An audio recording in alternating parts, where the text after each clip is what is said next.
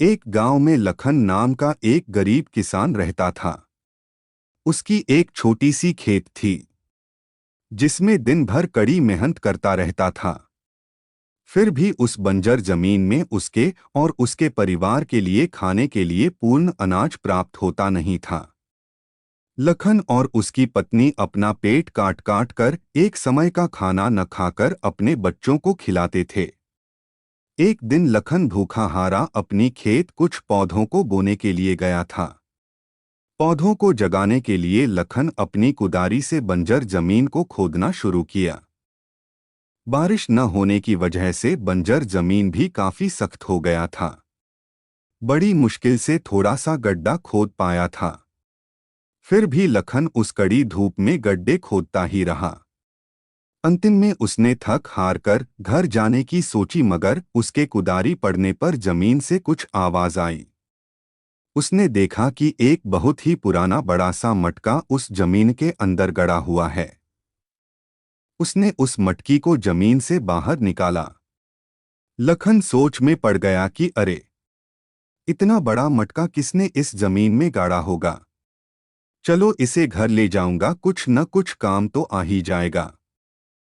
यह सोचकर लखन ने उस मटके पर ज्यादा ध्यान न देकर मटके को पास के एक आम के पेड़ के नीचे रख दिया और अपने काम में दोबारा लग गया। कुछ समय में कड़ी धूप पड़ने लगी। भूख और पानी प्यास से व्याकुल लखन पानी पीने के लिए पेड़ के नीचे रखे अपनी भोजन की पोटली के पास गया और लखन खाना खाकर थोड़े समय के लिए वहीं विश्राम करने लगा।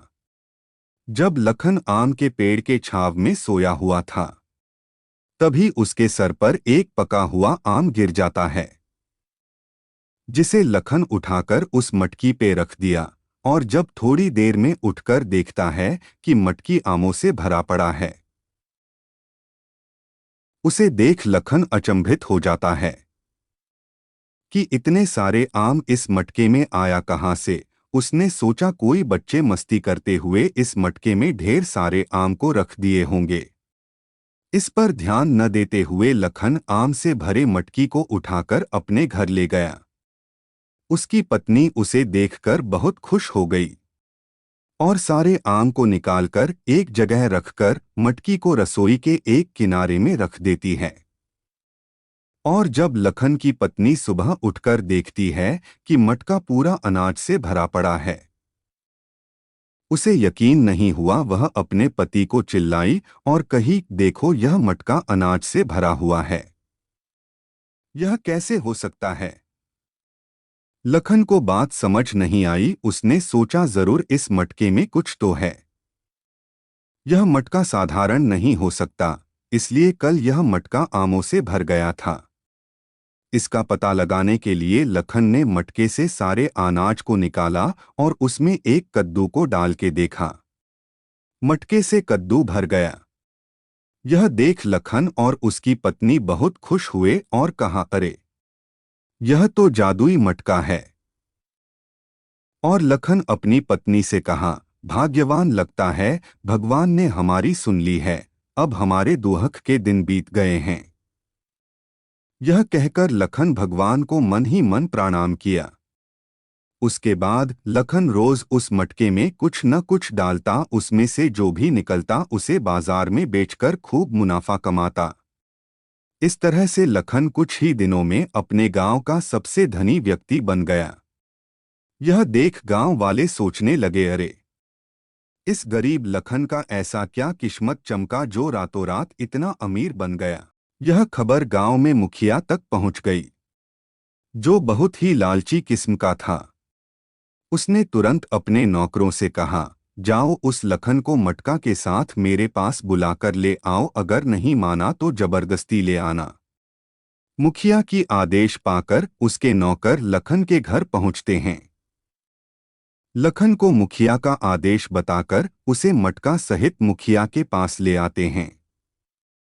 मुखिया उस मटके को देख आश्चर्यचकित हो जाता है और कहता है, अरे, इतना बड़ा और इतना पुराना मटका, मैंने आज तक ऐसा मटका देखा नहीं था। मुखिया ने उसमें एक सोने के सिक्के डाल के देखता है। तो उसमें से देखते ही देखते ढेर सारे सिक्के निकलते हैं। यह देख उसके नौकर भी लालच के मारे उस मटके को लेने का प्रयास करते हैं और उस मटकी पर सभी नौकर झपट पड़ते हैं, जिससे छिनाछानी में मटका टूट जाता है। मुखिया के साथ साथ सभी नौकर भी मटका के टूटने पर दुखी और हताश हो जाते हैं। मटकी को टूटते देख लखन थोड़ा सा भी निराश नहीं होता है, क्योंकि वह इस मटकी का लोभी नहीं होता है, वह अपने परिश्रम के प्रति निर्भर रहता है। लखन को अब और कुछ चीज की कमी भी नहीं थी। वह सुख से अपना जीवन व्यतीत करने लगा। सिख इस कहानी से हमें यह सीख मिलती है कि हमें कभी भी लालच नहीं करना चाहिए। लालच का फल हमेशा बुरा ही होता है। हमें अपने परिश्रम पर निर्भर रहना चाहिए। फल की चिंता किए बिना लगातार मेहनत करते रहना चाहिए। कहते हैं न सब्र का फल मीठा होता है।